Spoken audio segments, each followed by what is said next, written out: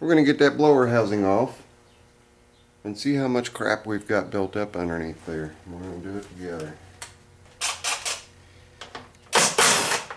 Boy, it's quiet in here when I shut that stereo off. Wish there wasn't all that copyright infringement stuff that goes on, but it is what it is. I'll take the fuel pump loose. There we go. All the tins start to flop around. Another one here. Right down into the oil, thanks.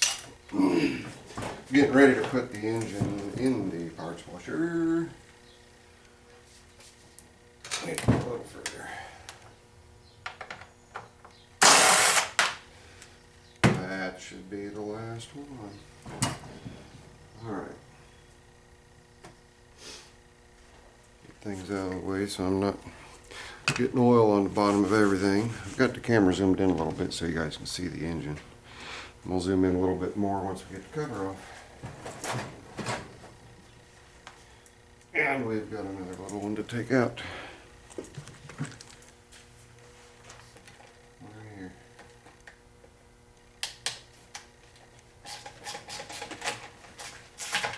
I love this snap-on screwdriver.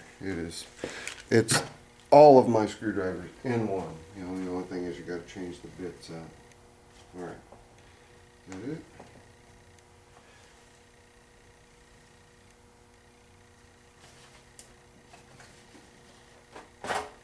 That's it. Amazing. Alright guys, it's clean as a whistle under there.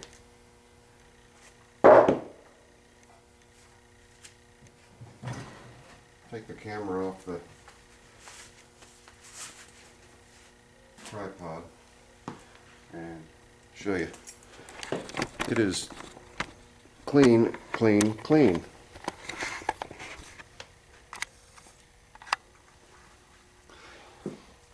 Shed just a little bit more light on it in there.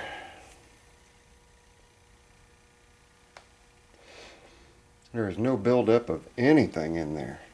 So that kind of makes me think that the valves just got too far out of adjustment before being checked. A real nice guy, Alan. He's been a small engine technician for 30 years, and we've been talking back and forth over on Facebook. He was a little bit worried about correcting me on my first video, and I told him, Alan, please. It's that anybody who's been my subscriber for any length of time knows that if I'm wrong, I absolutely want to know, because the last thing I want to do is put information out there to you guys that is incorrect. So having said that, Alan gave me a couple of pointers. He said it's your engine, so since it's not a customer's engine, you can give the peening a try. And then he had another really cool suggestion, which I thought was great. Put a tiny little spot weld in a couple places on both the inner and outer sides of the valve guides once I've got them in place, so that if they try to float, that little booger weld is going to hold it in place. So that's what I'm going to do. I'm still going to peen them in place, and then I'm going to do that. If that works out good, awesome. I also had another suggestion, and please forgive me, kind sir, I've neglected to write your name down, but I did write down the Loctite sleeve retainer green 640, and if this fix does not work, then that may be the route that I go. But the peening and welding, after talking to Alan, seemed to be the most rigid, viable fix. So that's the one that I'm going to go with. But I certainly, and you know, it's worth mentioning, I certainly do appreciate your suggestion there. So this old girl is getting ready to go over into the parts washer. Let me get it in there, and yes, my back is still jacked, and it is the next day. But this is just eating at me because I wanted to know, and you know, I'm showing you guys it's clean as a whistle under there. So that just makes me believe that the valves got out of adjustment. So we will definitely be coming over here and adjusting these valves accordingly, correctly. And then when the new push rods and everything come in, we'll get this button back up over here, and we will bench run this before it goes back in the tractor. And well, it's not that hard to, I'll just bolt it in the tractor. It's not that hard to test run it there. But this one's kind of interesting in that it actually has two separate coils. But then you come over to the opposed twins, like that one right there. It has a single coil with two plug wires coming off. So what does that tell you? It tells you there's no sacrificial spark going on with this engine. Magnet comes around, sparks that cylinder, comes around, sparks that cylinder. But with the opposed twins, both cylinders spark every time. So even though you're not on the compression stroke on one cylinder, it is still firing. Just interesting, kind of neat. All right, I'm gonna shut up. I'm gonna take this thing over to the parts washer. I'll get it all cleaned up and pretty, and after we get it cleaned up, I'll set it on my little workmate, Black & Decker workmate, and we'll pop that head off and get to work on that head. Now whether we do that today or not, I don't know. Probably just get it washed today. So I'll post this up tomorrow after I have taped the repairs on the head. So yeah, that's it. I'm going to do that, and then I'm going to hang some lights and take some lights down. I'm so glad to be able to get rid of some of these fluorescent lights. Anyway, all right, enough babble. That's what's going on right now. We will see you guys tomorrow, or rather, you'll see this tomorrow. Later, guys. Hey, gang. Okay, I may need to eat my words a little bit. I got the tin off of this side, and I don't know how much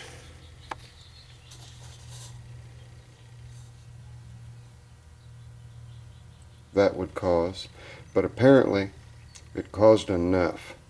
So it is a little bit gummed up there, and that may have been enough to keep that head, or to cause that head to overheat. So we'll get her cleaned up, then we'll pop that head off. Later. Let's revisit this a little bit. I think I showed you guys how it was clumped up in here, and using this light you can see, watch my finger, that passage and then the passage in the back. See that? Believe it or not, those were both completely clogged up. That most definitely will cause the issue that this had. I've still got more junk to get cleaned out of there, and I've been at it for about 20 minutes. This stuff was hard as tar. I mean, tough. But we're getting it, and that certainly does explain the overheat and then that valve guide slipping. So I'm going to go ahead and cut it off for today and finish cleaning this up, head back into the house. It's getting kind of late for me, and let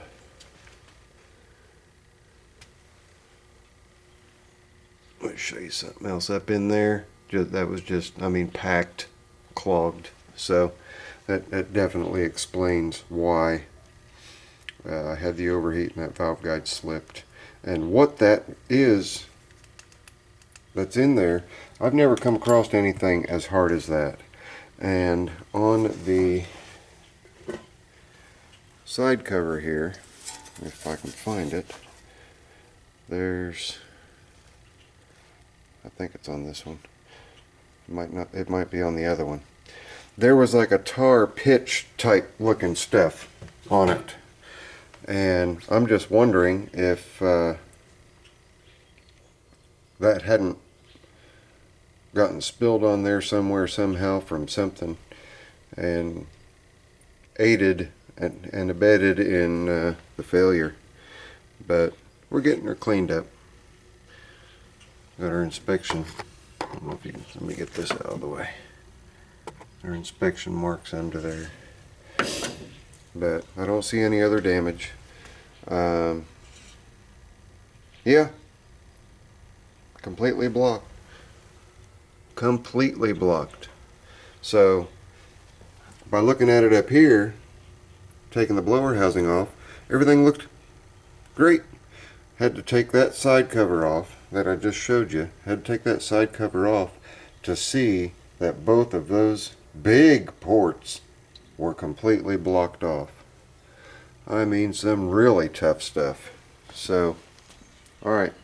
Hopefully I didn't do too much stress to the head, and I can still repair it with it heating up like that.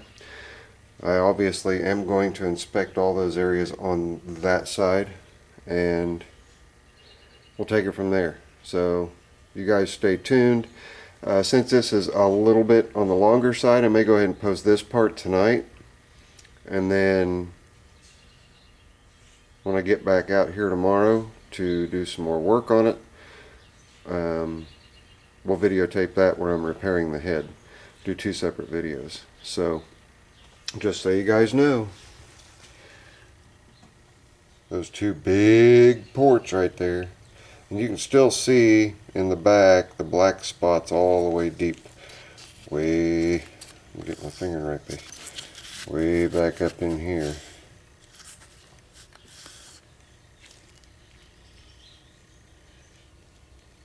That stuff is just, and it's chipping off. It's not coming off with the cleaner. It is chipping off in chunks. I don't know if I can find a chunk of it or not.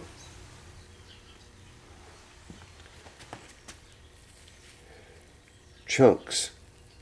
Hard chunks. I don't know if you heard that break. Hard chunks. So, alright, that's it. We'll see you guys on the next part of this Intek rebuild. Later. I'm out. Still had a little bit of cleaning to do. I just pulled that side cover off, so I need to put the block back in, clean up underneath where that was covering. But I wanted to explain why I left the oil filter on and the oil pump pin in, just so I don't contaminate that system. This is a bypass pump, so anything that it's washing off, it is pulling back up through and running back through the hose, small particles and whatnot. And I just didn't want to contaminate that, so that is why that is still on there. Now let's hop on over here to the business side. And this was the cylinder that was all jacked up, and this is a cylinder that was good and clear. And with both of the shields off, it's much easier to see.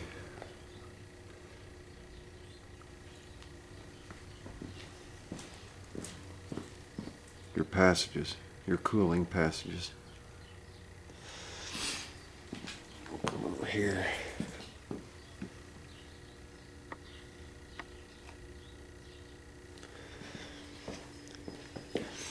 Where the air gets blown through.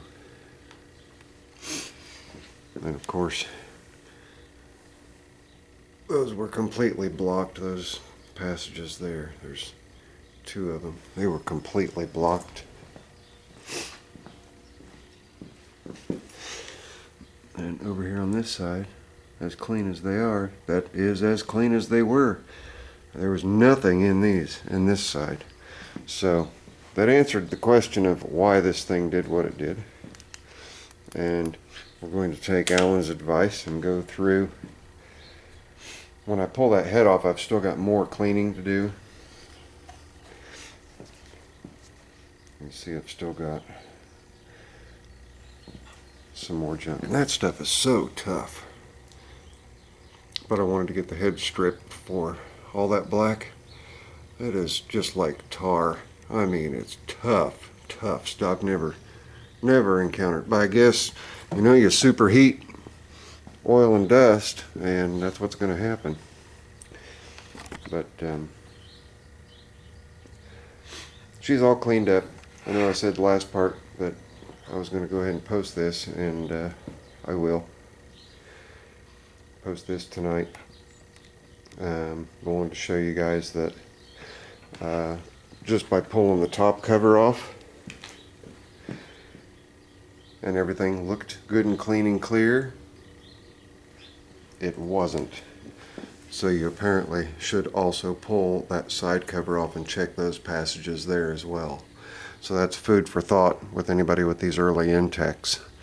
The later Inteks, like I mentioned, were built more robust and more capable of handling the higher heat from improper cleaning and neglect, which Zippo is just... I'm kind of beside myself because that is not me. I mean, I take care of all my engines. I just didn't take care of this one. Stuff happens. So this one came back and bit me in the butt. Alright. That's it, I'm done. Not even going to finish hanging my lights today. I spent so much time getting all that junk out of that. Spent so much time getting that junk out of there. It was just completely blocked.